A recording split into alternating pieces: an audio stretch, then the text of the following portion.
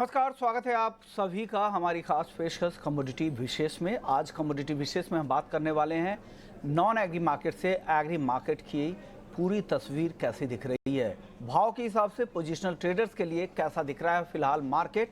एक एक कमोडिटी पर चर्चा करेंगे और आज चर्चा में शामिल होने के लिए हमारे साथ तीन मेहमान जुड़ गए हैं। क्योमर्ज सादरी हैं, सीईओ हैं अवांस एंटरप्राइजेज के, नवनीत दमानी है मोतीलाल ओसवाल फाइनेंशियल सर्विसेज से, बीरेन वकील हैं पैराडाइम कमोडिटी से। आप तीनों मेहमानों का बहुत बहुत शुक्रिया, आपने वक्त दिया। सबसे पहले नवनीत दमानी जी, आपसे गोल्ड को लेकर आपका व्यू चाहिए, क्या लग रहा है? गोल्ड रिकॉर्ड बनाने के बाद काफ़ी करेक्शन अब आया है, गोल्ड के ट्रेड आ चुका है, किन लेवल्स पे नई एंट्री बन रही है, क्या सलाह है ट्रेडर्स के लिए? विश्वमोहन जी, हमने लास्ट कुछ दिनों में गोल्ड में बहुत ही ज्यादा उठापटक का माहौल देखा है। हमने देखा है कि 58,000 तक के स्तर से छू के 64,000 तक का लेवल भी गोल्ड ने with in last month cover किया है, और उसके बाद में जो फॉल आया है वो भी बहुत सरप्राइजिंग रहा है। यहाँ पे करीब करीब $140 के आसपास का फॉल हमने हायर लेवल से देख लिया है। मुझे लगता है कि आने वाले दिनों में ये बाइंग ऑन डिप वाली अपॉर्चुनिटी गोल्ड में राइज होते हुए नजर आएगी, और मीडियम टर्म की अवधि से फिर से हम नए हाईज को छूते हुए नजर आएंगे।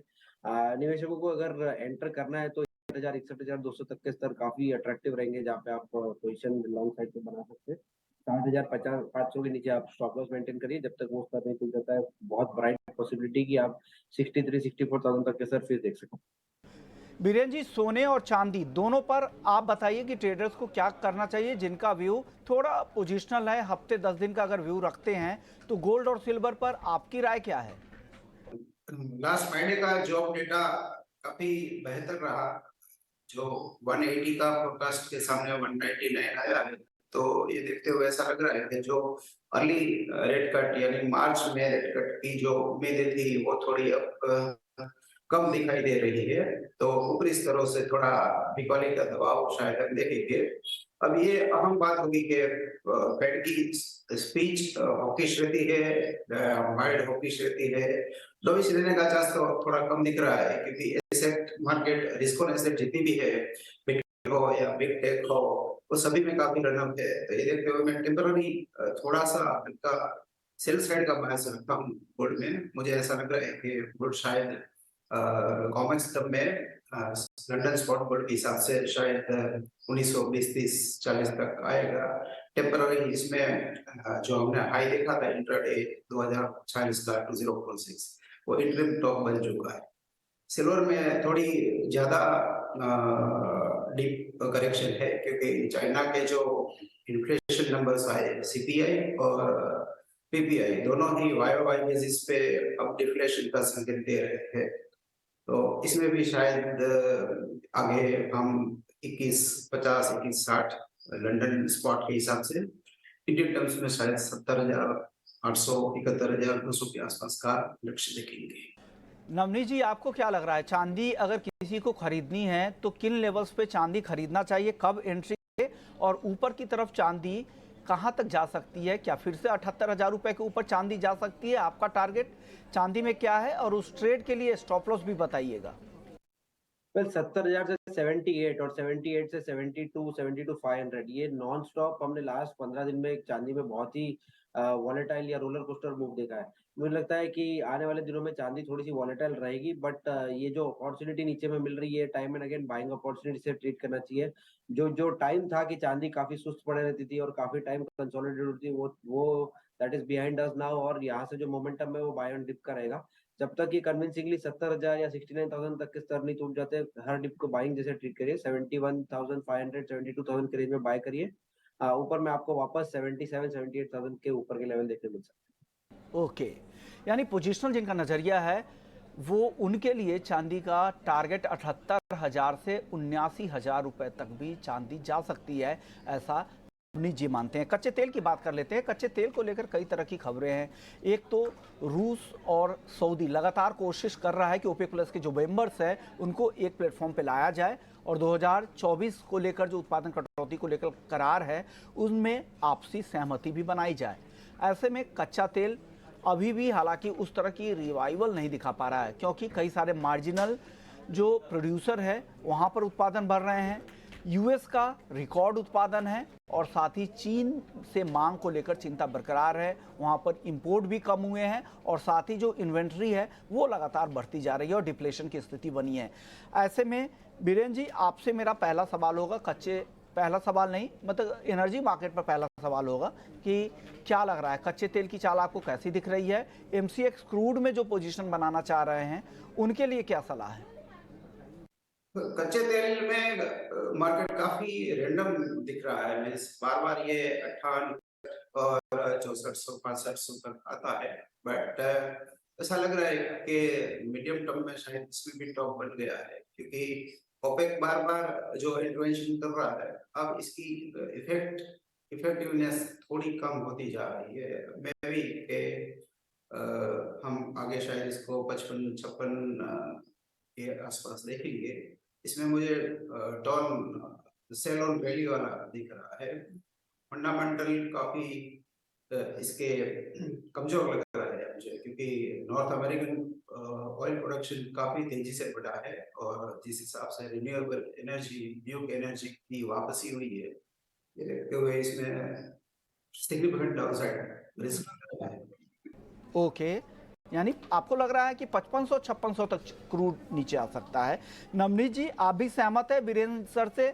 आपको भी लग रहा है कि कच्चे तेल में इस तरह की गिरावट दिखेगी या आपको लग रहा है कंसोलिडेशन का भी चलता रहेगा? अगर कंसोलिडेशन का भी दौर होगा तो एक रेंज होगा, तो उस रेंज में कहां पर बेचे और नीचे की तरफ कच्चा तेल कहां तक फिसल सकता है? नवनीत जी, आपकी राय कच्चे तेल पर?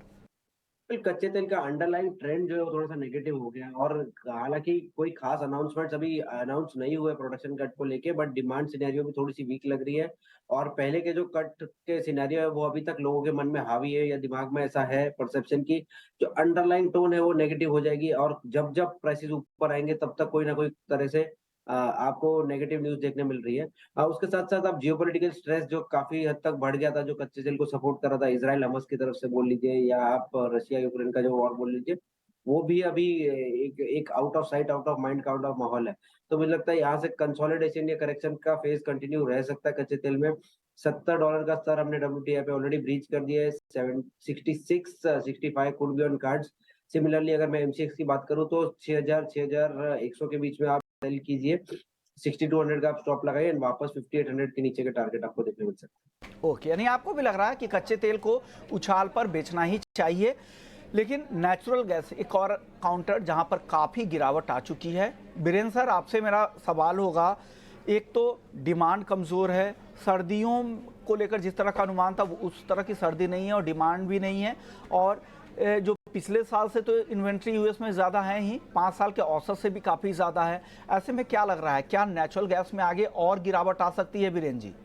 नेचुरल गैस हमने लास्ट ईयर की पीक अगर देखें तो ऑलमोस्ट 920 नाइमेक्स में देखी थी। इंडिया में करीबन 920-30 के आसपास के प्राइस देखे थे। अब 180-190 के आसपास मार्केट आ गया है और नाइमेक्स 248 है। यहाँ काफी सप्लाई ग्लट वाला मामला है और नेचुरल गैस एक ऐसी कमोडिटी जो टिपिकल नेचर है, यूज इट और, तो ये देखते हुए मुझे ऐसा लग रहा है कि शायद यहाँ से भी डाउनसाइड रिस्क अभी भी बरकरार है। मैं भी 150 को नाइमेक्स ब्रेक कर सकता है धीरे धीरे करके, क्योंकि इसमें सप्लाई बेहद ज्यादा है डिमांड की तुलना में।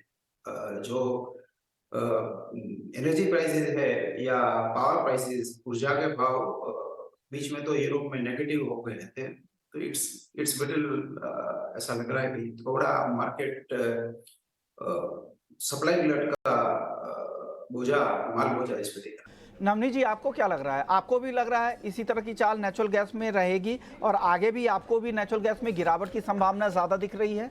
नेचुरल गैस ने तो इस साल काफी डिसअपॉइंट किया है सारे निवेशकों को और टाइम एंड अगेन तेजी का रुख दिखा के बहुत सीवियर मंदी आई है। हमने इसको 307-308 के स्तर से टूटते टूटते 205 तक आते हुए देखा, तो करीब करीब 35% के आसपास की मंदी टॉप से होगी ऑलरेडी प्राइसेस में और यहाँ पर भी कोई पॉजिटिविटी नहीं देखने मिलती है। इनफैक्ट लास्ट 2-3 दिन में जो आंकड़े आए हैं वो यही इंडिकेट कर रहे हैं कि नॉट ओनली इन्वेंट्रीज काफी बढ़ के आई है, बट ठंडी भी जो है वो भी उसी प्रकार की नहीं है जिस प्रकार से मार्केट को एक्सपेक्टेड था कि नेचुरल गैस के लिए पॉजिटिव होगा। तो कुल मिला के सारी चीजें यही इंडिकेट करें कि प्राइसेस में थोड़ी सी नरमी रह सकती है।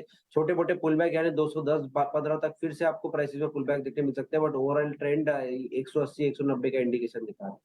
नवनी जी, बेस मेटल्स में आप बताएं कि आपको क्या पसंद आ रहा है। कोई एक काउंटर जहां आपको लगता है कि दाव लगाना चाहिए बेस मेटल्स में, वहां पैसा बन सकता है? बेस मेटल में जो चाइना के पॉजिटिव आंकड़े आ रहे हैं और जो तरह के ग्रोथ आंकड़े हमने यूएस की तरफ से देखे या बाकी विश्व की तरफ से देखे, यही इंडिकेट कर रहे हैं कि सबसे पहला पॉजिटिव मोमेंटम देने वाला काउंटर रह सकता है कॉपर। डॉलर इंडेक्स में थोड़ी सी वीकनेस के चलते कॉपर में हमने पिछले हफ्ते या लास्ट 15 दिन में एक पॉजिटिव मोमेंटम ऑलरेडी आते हुए देखा था, और मुझे लगता है कि जो करेक्शन रिसेंटली या कंसोलिडेशन है वो बाइंग अपॉर्चुनिटी से ट्रीट करना चाहिए। फिर से मुझे लगता है कि 730 740 के रेंज में आपको कॉपर जाते हुए दिख जाता है, और जब तक 702 का स्तर नीचे में नहीं टूटता है, हर लेवल पे आप बाय ऑन डिप कर सकते हैं।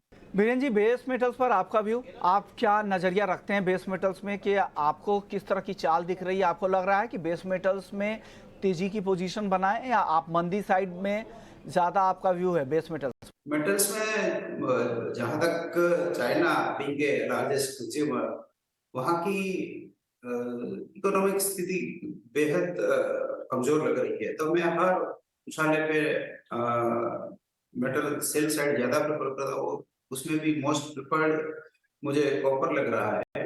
पोजिशनली इसमें रोल ओवर की फायदा भी मिल रहा है, 5-6 रुपए का ब्याज मिल रहा है, तो स्विंग प्रोडक्ट जरूर है। दोनों तरह के दाम आते रहते हैं, बट मैं in fact most of time cell side ही रहता हूँ। फिलहाल की रेंज में इसकी 725 705 आसपास की मानता हूँ। 715 भी मुझे सेल साइड की अपॉर्चुनिटी लग रही है टू बी स्टैगर्ड मैनर में सेल, और प्रॉफिट बुकिंग रेंज 705 708। ओके, यानी आपको लग रहा है कि उछाल में बेचना ही चाहिए, और जो रेंज है आपको 705 से 725 के बीच का कॉपर का दिख रहा है। चलिए, अब नॉन एग्री के बाद अब बात कर लेते हैं एग्री की। हमारे साथ कॉमर्स सादरी साहब भी हैं। अब मसालों से शुरुआत कर लेते हैं, क्योंकि जीरा काफ़ी एक्टिव काउंटर है, और खबर भी है कि जल्द ही जीरे का मिनी कॉन्ट्रैक्ट भी एनसीडीएक्स पर लॉन्च होगा। लेकिन जो कॉन्ट्रैक्ट है, बेस कॉन्ट्रैक्ट जो मौजूद है, वहां पर क्या करें? इतनी गिरावट के बाद अब जीरे में क्या आगे तेजी की संभावना आपको सादिर साहब दिख रही है क्या? नमस्कार विष्णु मोहन जी। सर, जीरा अभी काफी हमने देखा कि फ्राइडे और आज के मार्केट दोनों में काफी वॉलेटाइल रहा है। मतलब तकरीबन दिन में 2 से 3% का मूवमेंट इधर साइड पे देखने मिल रहा है। सो जीरा में अभी करंट हफ्ते में डिमांड बहुत बढ़िया था। आज मॉर्निंग में भी जो मेरी व्यापारियों से बात हुई तो थोड़ा बहुत डिमांड है। तो अभी जीरा में फिलहाल मैं यही सजेशन दूंगा कि थोड़ा हल्का सा हम बाइंग करके चल सकते हैं इन लेवल्स पे जनवरी मंथ में। तो सर, करंट लेवल से मैं सजेशन दूंगा कि आप तकरीबन 500 रुपए के लिए बाय पोजीशन बना सकते हैं जीरा में। अभी फिलहाल 37,500 आसपास का भाव है। 38,000 का टारगेट रखिए, और स्टॉप लॉस रहेगा 37,200। ओके, यानी आपको लग रहा है कि जीरे में खरीदारी करनी चाहिए, और जनवरी कॉन्ट्रैक्ट में खरीदारी का व्यू आप दे रहे हैं। धनिया में क्या करें? धनिया किस टारगेट के लिए खरीदना चाहिए सादरी जी? धनिये में हमने पिछले हफ्ते वेडनेसडे और थर्सडे को थोड़ी गिरावट देखी थी, जिसमें तकरीबन हमने 7600 के लेवल्स को टेस्ट करते हुए भी देखा है, और वहां से आज अभी थोड़ा 100 रुपीज का अपसाइड देखने मिला है। तो धनिया में मैं यही सजेशन करूंगा कि करंट लेवल पे बाइंग करना चाहिए। टारगेट रहेगा अपना 8000 रुपीज, और स्टॉप लॉस रहेगा 7400, क्योंकि सोइंग जो है वो गुजरात और राजस्थान दोनों जगह पे काफी कम हुई है। जो बारिश हमने पिछले हफ्ते देखी राजस्थान में, उससे भी थोड़ा सोइंग इम्पैक्ट हुआ है। तो धनिया में हम हमारा पिछले हफ्ते का ही बाइंग का जो कॉल है उसको कंटिन्यू। ओके, यानी आपको लग रहा है कि धनिया 8,000 रुपए के ऊपर भी जा सकता है, और इस ट्रेड में आपको 7,400 का स्टॉप लॉस भी लगाना चाहिए। हल्दी ऊपरी स्तरों पर क्या करें? क्या फिर से बेचने का ही नजरिया आप देंगे? क्या व्यू बन रहा है हल्दी पे अब? विष्णु जी, हल्दी में अपन पोजिशनल कॉल ही लेंगे, क्योंकि अभी जो दिसंबर का कॉन्ट्रैक्ट है वो तो फ्राइडे से डिलीवरी में चला जाएगा, तो वो तो आप समझिए कि एक्सपायरी हो गया है। तो अभी जो भी कॉल रहेगी हल्दी में वो अप्रैल वायदे के लिए रहेगी। तो जिसमें हमने देखा कि अभी ओपन इंटरेस्ट भी अच्छा खासा बिल्डअप होना शुरू हो गया है, और लॉन्ग कॉन्ट्रैक्ट है तकरीबन 14,500 के लेवल पे ट्रेड कर रहा है फिलहाल। तो उसमें मेरा सजेशन रहेगा कि उसको हाइस पे सेल करके चलना चाहिए। बीरेन जी, आप क्या व्यू रख रहे हैं मसालों पर, खास करके जीरा पर आपका व्यू काफी इंपॉर्टेंट होगा। क्या करना चाहिए जीरे में, यहाँ से किस तरह की चाल आपको दिख रही है बीरेन जी? जीरा में स्विंग के जो नंबर्स अभी है वो काफी बेहतरीन नंबर है। लेकिन जीरा की एक खासियत ये है कि it is one of the most vulnerable commodity for weather. Weather का हल्का सा भी कोई हॉस्टाइल इवेंट आया या तो दूसरी कमोडिटी में तो क्या आपके आगे में कुछ आता है भाई 100% में से कम 20 25 30 40 50 आएगी, बट जीरा अगर खराब हो जाता है तो पूरा का पूरा खराब हो जाता है। और मेरे हिसाब से अभी अभी का जो वेदर है वो क्रुशियल है अगले 4 से 6 वीक का। अगर कोई वेदर इवेंट नहीं आती है तो ये मे भी हम इसको 25-22 के आसपास शायद देख सकते हैं, बट जब तक नई फसल सिक्योर ना हो जाए तब तक इसमें सेल साइड एवॉइड करूंगा। बीरेन सर, ग्वार सीड और ग्वारगम काफ़ी समय से दायरे में है, क्या इस दायरे से कब निकलेगा, और दायरे से जब निकलेगा तो किस साइड की चाल ग्वार में दिखेगी? क्या सलाह है ग्वार सीड और ग्वारगम के ट्रेडर्स के लिए? बहुत ही ब्रॉडर टाइम फ्रेम में मुझे ऐसा लग रहा है कि ये एक्यूमुलेशन बाइंग के लिए अच्छी प्रोडक्ट है।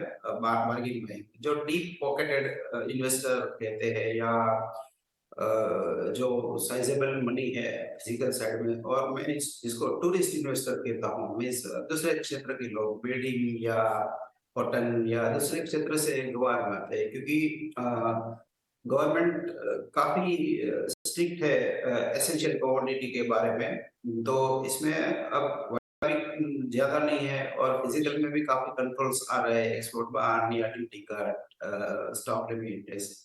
तो इन हालातों को देखते हुए बहुत ही मर्यादित चॉइस है लॉन्ग टर्म फिजिकल प्ले में। तो इसमें गवार, धनिया और कुछ हद तक सरसों मेरी प्रेफर्ड बेट रहेगी फॉर द 4-5 मंथ के हिसाब से। सादरी जी, आप ग्वार सीड और ग्वारगम पर व्यू है आपका, पहले तेजी का नजरिया था, आपको भी लग रहा है कि गिरावट पर ग्वार सीड खरीदना चाहिए? पिछले हफ्ते भी जब आपसे बात हुई थी तो आप बुलिश थे, आपको लग रहा था कि गिरावट पर खरीद कर ही जाना चाहिए। क्या लेवल्स देखना चाहिए ग्वार सीड और ग्वारगम के लिए, और क्या टारगेट, क्या स्टॉप लॉस रखे दोनों काउंटर में? विष्णु जी, अपने जो लास्ट टाइम भी बात हुई थी, मैं अब इस बार भी ग्वारगम और ग्वार सीड दोनों में अपना बाइंग का कॉल ही सजेस्ट करूंगा, क्योंकि अभी हमने देखा काफी प्राइसेस कम हो गए हैं। 5600 5650 के आसपास ग्वार सीड का जनरल कॉन्ट्रैक्ट ट्रेड कर रहा है।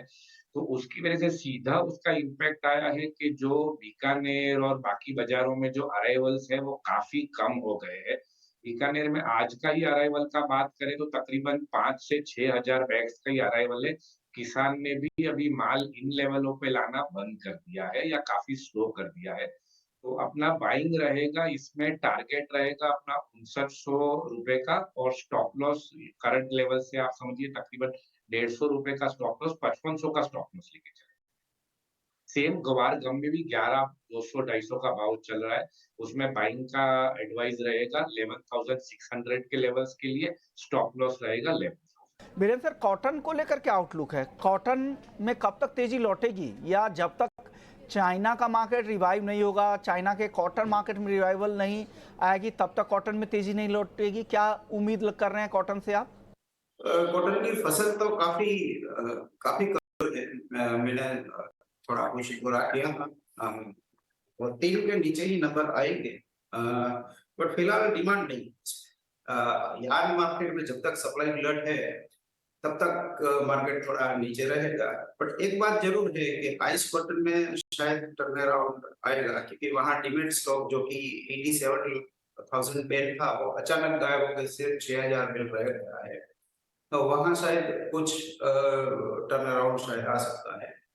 जब तक चाइनीज कॉटन मार्केट में रिकवरी नहीं आएगी तब तक इसमें थोड़ी रिकवरी की उम्मीद कम है।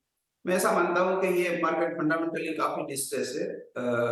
इसको अपनी खुद की मेरिट याद कराने के लिए कोई निमित्त चाहिए, वो ट्रिगर अगर मिल जाएगा तो इसकी मंदी खत्म हो जाएगी। सादरी जी, आपका व्यू कॉटन को लेकर? जिस तरह के अराइवल्स के नंबर्स आ रहे हैं वो तो काफ़ी उसको दबा भी आगे भी बना सकते हैं। आप क्या सलाह देंगे? आगे कुछ रिवाइवल की उम्मीद कर रहे हैं कॉटन मार्केट में सादरी जी?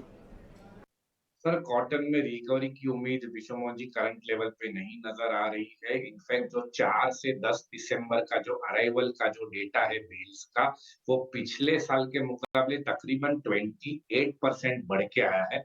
8.40 लाख बेल्स का अराइवल था फॉर द पीरियड 4 to 10 दिसंबर, जो पिछले साल इसी टाइम पे तकरीबन 6.5 लाख बेल्स था। तो इसमें 57,200 का अभी का प्राइस चल रहा है। अपना सेल का टारगेट रहेगा 56,900 और स्टॉप लॉस रहेगा 57,300। यानी जो सप्लाई इतनी ज़्यादा है उस वजह से ही कॉटन की कीमतों पर दबाव दिख रहा है। चलिए, तो अपने एग्री मार्केट की भी राय सुनी, नॉन एग्री मार्केट की भी राय सुनी और पोजिशनल नज़रिया था। ये 1 से 2 दिन के लिए नहीं, हफ्ते भर से लेकर 10-15 दिन, महीने भर तक की राय हमारे तीनों एक्सपर्ट्स ने आपको नॉन एग्री से एग्री मार्केट के एक एक कमोडिटी के बारे में अपनी राय रखी। शुक्रिया नवनीत जी आपका, बीरेन जी आपका, सादरी जी आपका। आप लोग आए यहाँ पर और कमोडिटी विशेष के दर्शकों को बताया कि किस तरह से आपको आगे ट्रेड करना है। तो कमोडिटी विशेष में फिलहाल इतना ही, लेकिन बाकी खबरों के लिए आप बने रहिए ET Now स्वदेश के साथ।